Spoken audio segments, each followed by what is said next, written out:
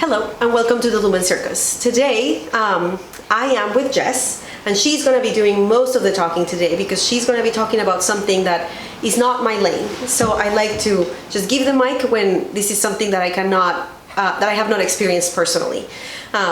Jess is gay and she is also a Christian, and she had to wrestle with what that looked like and what that meant and how those two intersected.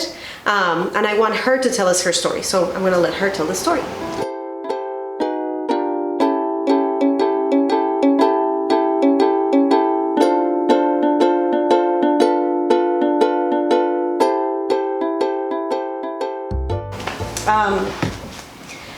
Tell us what we were talking about a minute ago. Like, how did this journey of finding the intersection of Christianity and being gay start for you? I was sort of forced into it because it wasn't really something that we had addressed in the church that I grew up in. If the topic of homosexuality was even brought up in the church, it was talked about as a sin, and probably the worst one, at least in the way that it was framed. And so when I began to realize my own attractions that I was having, I was sort of forced to face it, even though I really didn't want to. So I had to fight through a lot of like self-hatred and really some poor self-esteem, I guess, to try and wrestle with these two identities, because I felt that they fundamentally conflicted with one another, but I realized after years of studying that they don't have to conflict, which has been awesome, but in the beginning it was really painful. So how old, you grew up in a very conservative fundamentalist church. And then how old were you when you started realizing that you were attracted to women and that things were like, you know, that you had to reconcile your identity and your faith in a way? When I was about 12, I had my first crush on a girl, and I didn't really recognize that that's what it was. I just thought I wanted to be close friends with this person. But it wasn't until I was about 16 that I started to wrestle with this as a part of me, as an identity. And how did that go? It was rough at first. I actually dated a girl when I was 16 and didn't tell my family about it. And in fact, I don't actually know if I told them about it now. I still don't know. But at the time, I still really felt strongly that I was a part of this fundamentalist tradition, and that was part of my identity. And so in this relationship, even though we were very young, I really wrestled with those two pieces of who I was. And I went off to camp for a week during one summer, and when I came back, I broke up with her because I was so upset and I was so convinced that this was not correct and that I would go to hell, frankly, if I continued the relationship. But eventually I started to really dig into it and lean into it as opposed to running from the conflict. But it takes a lot of conscious effort, and it would take a lot of energy out of me to do that, because I had to go so far away from the foundation that I was raised with. Where did you start? Like, where did you start to dig? So first I really just looked at myself and had to accept that it was part of who I was before I was able to mentally dig into the scripture. But the scripture was all I knew, really. Because of it being a fundamentalist tradition that I grew up in, I really just had that as a source. The church that I grew up in didn't see any other sources as legitimate. So any commentary or any speaker even, you had to be very careful and not just accept what people said, even the preacher in the pulpit. You had to second guess whatever they were saying and make sure. Which is good, yes, in a it way. Is. It is.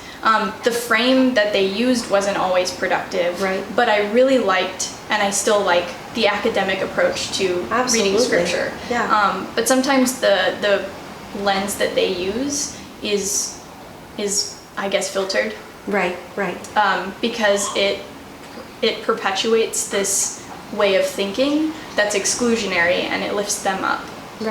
So that kind of made me feel even more isolated in my study.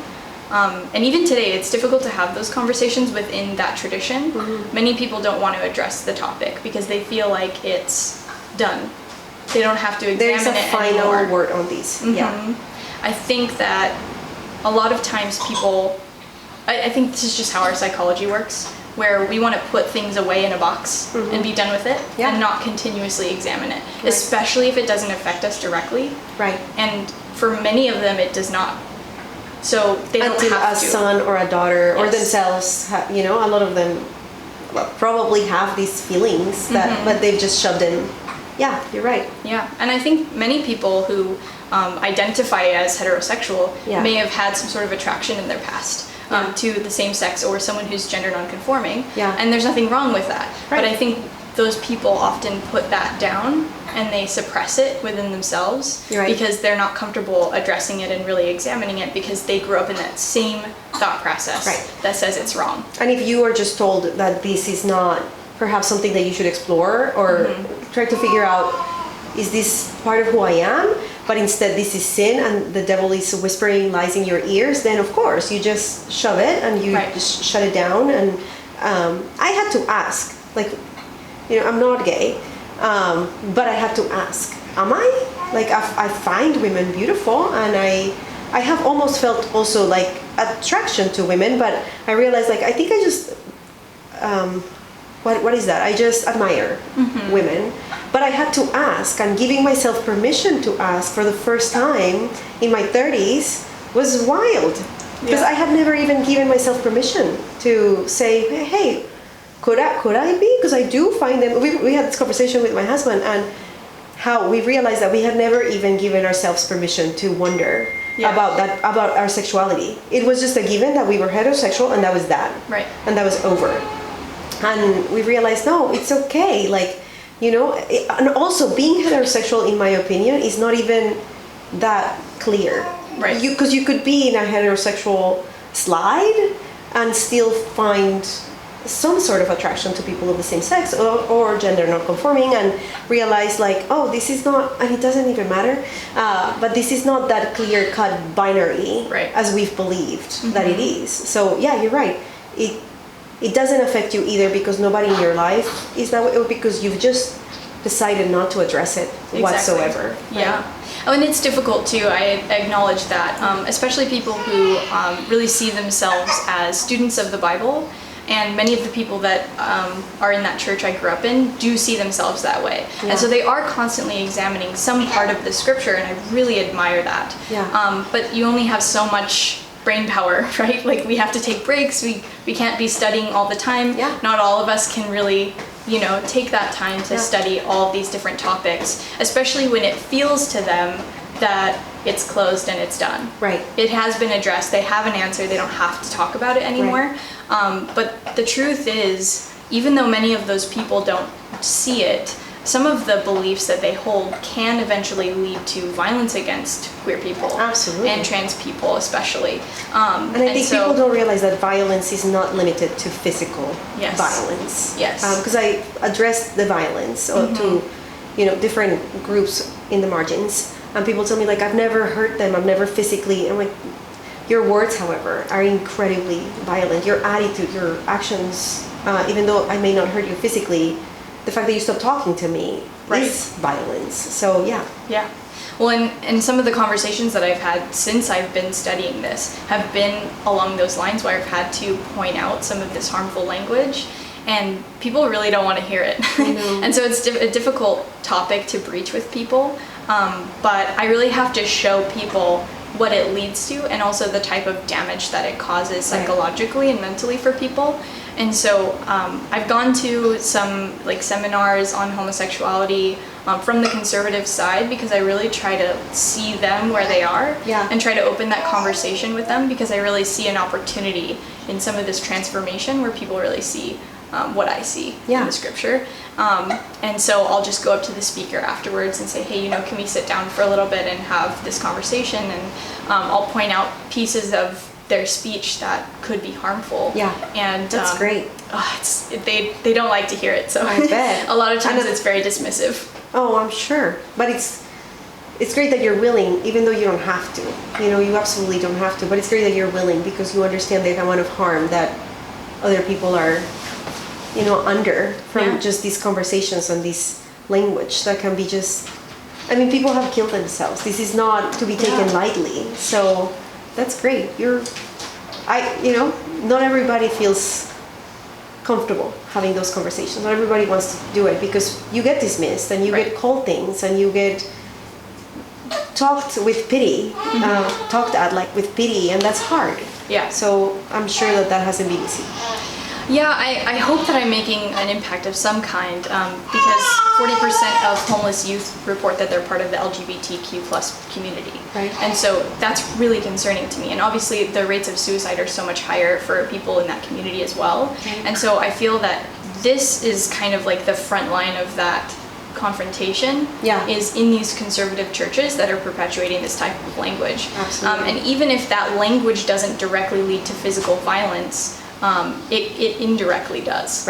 Right, because it fuels these people who have more extreme views. Right. Where these people that I'm talking to don't necessarily feel actively antagonistic towards that community. They'll still say things that are harmful and that fuel the people who do have those more extreme views and may take it to a physically violent place. Absolutely. So that's, I think, what a lot of people don't understand about the rhetoric that goes on in the church on a lot of different topics. Yeah. So educate all of us. What is language that is harmful that people may not think much about? Like what is things that people say that just kind of slide and everybody uses that are harming people? Some of the most harmful language that I hear more frequently than I'd like to admit is comparisons between homosexuality or people who are gender non-conforming or trans people, comparing those behaviors or attitudes to addictive behaviors like drugs and alcohol and things like that, and even pedophilia, Right. which I hear way too often. Yes. And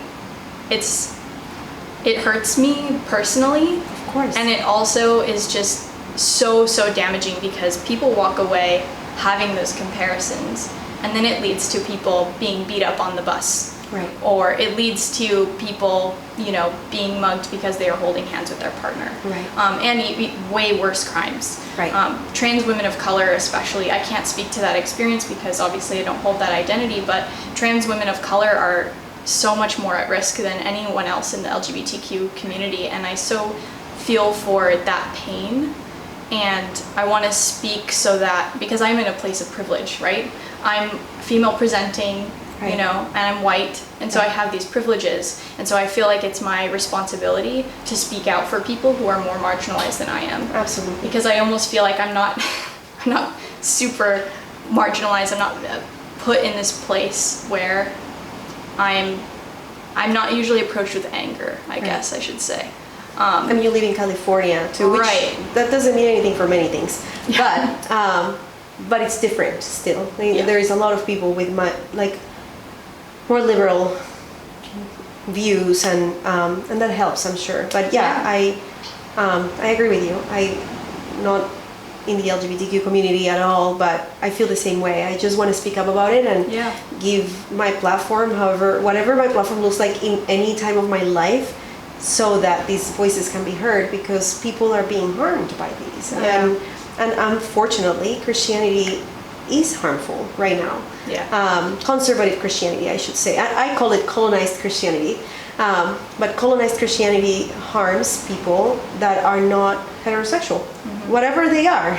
Even in some places, even gay people that choose to be, that choose to not have sex. I forgot the word for that. Celibate? Celibate, yeah. Even celibate gay people still have to hear it, from both sides, from the gay community and from the not. So I think that it's important to have conversations and get a little closer to people and say, hey, tell me your story. And, Right. But you were saying, okay, language that hurts, like anything that equates LGBTQ community with addictions and with pedophilia, which is obvious. Right. I mean, it absolutely has nothing to do with the other. Right. But yeah. But that comparison is made a lot, and it really is rooted in medieval times in Europe, when they really started to have these conversations. And much of the reason we have the word sodomy and the fact that sodomy is still a crime in many places is because of these thinkers back in the medieval times who were really discussing behavior that monks were engaged in, who were away from regular society and supposed to be studying scripture.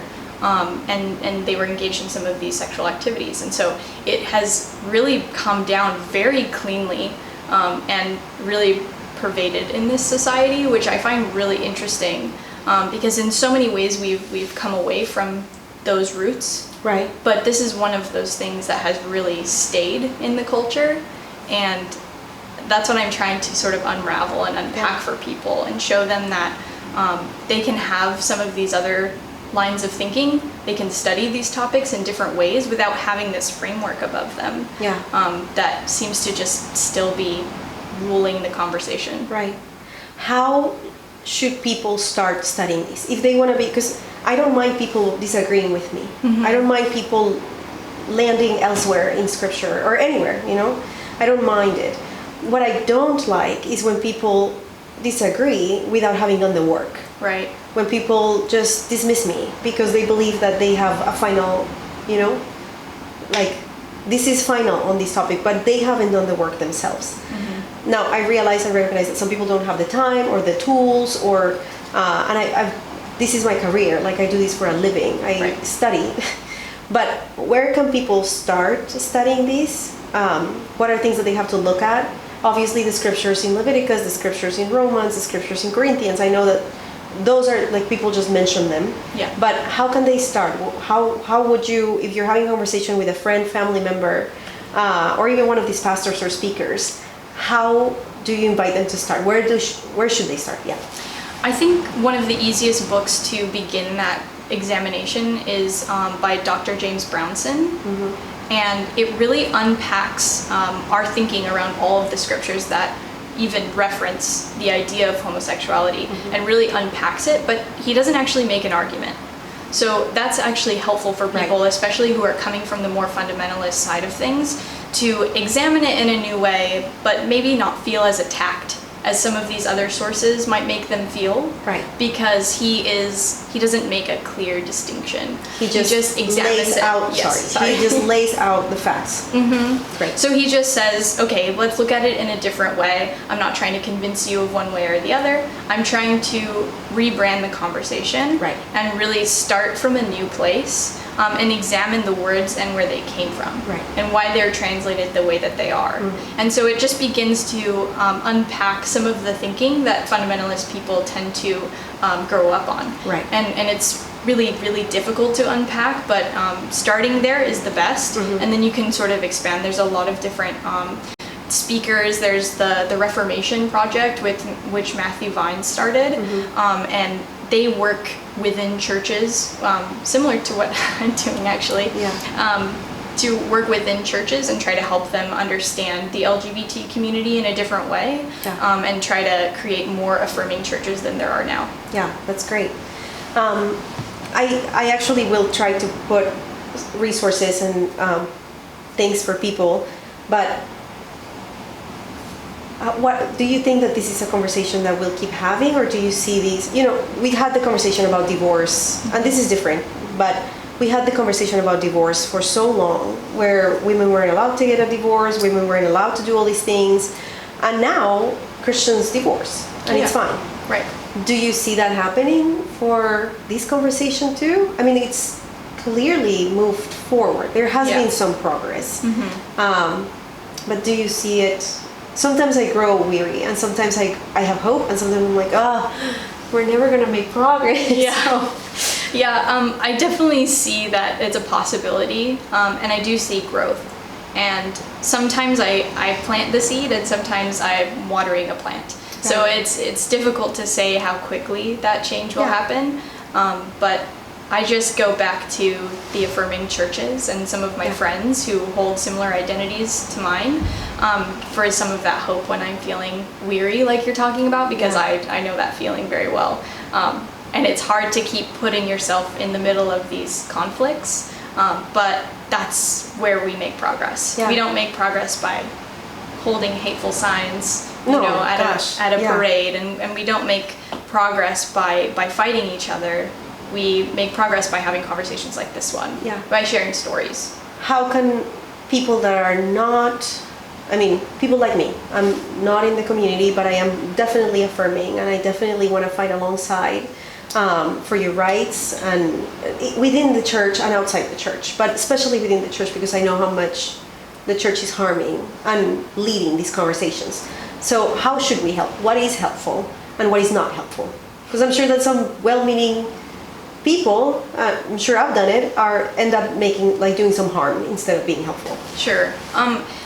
I really try, and a lot of people from the LGBTQ community really see this as well, especially if they come from a similar background. We see the good intentions and we want to recognize that as well. So I really try to praise people when they have that good attitude, when they're really trying to be an ally.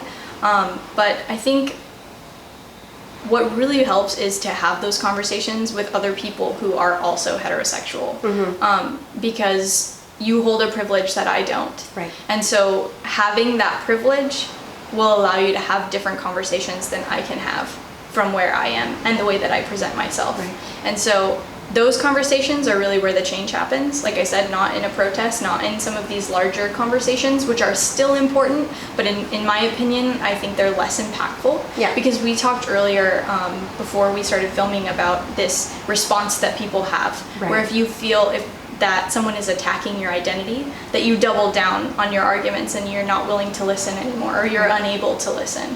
And so that's what I believe happens to Right. many people when they're confronted in these larger spaces. And so when it's one-on-one, you can start to have some of these conversations. That's when you can start to influence people. Right. My husband and I started this nonprofit, which is officially speaking a church, but when we tell people what we do, they're like, "That's not a church." Oh, okay, sure. It's called the Living Room. They call it the Living Room Foundation, and it all started because of this. We were transformed by having conversations, by sitting with people, and it all started with a gay woman that just sat with me and had this conversation with me, and then I met a trans man, and he had the conversation with me, and I was willing to sit down and listen. And we said, what if the church looked like that?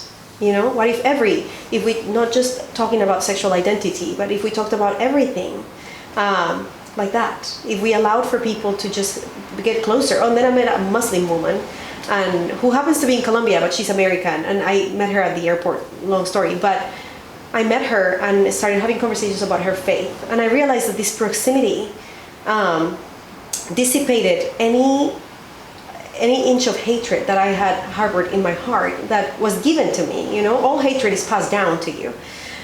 You just water it down, I guess, and you just let it grow.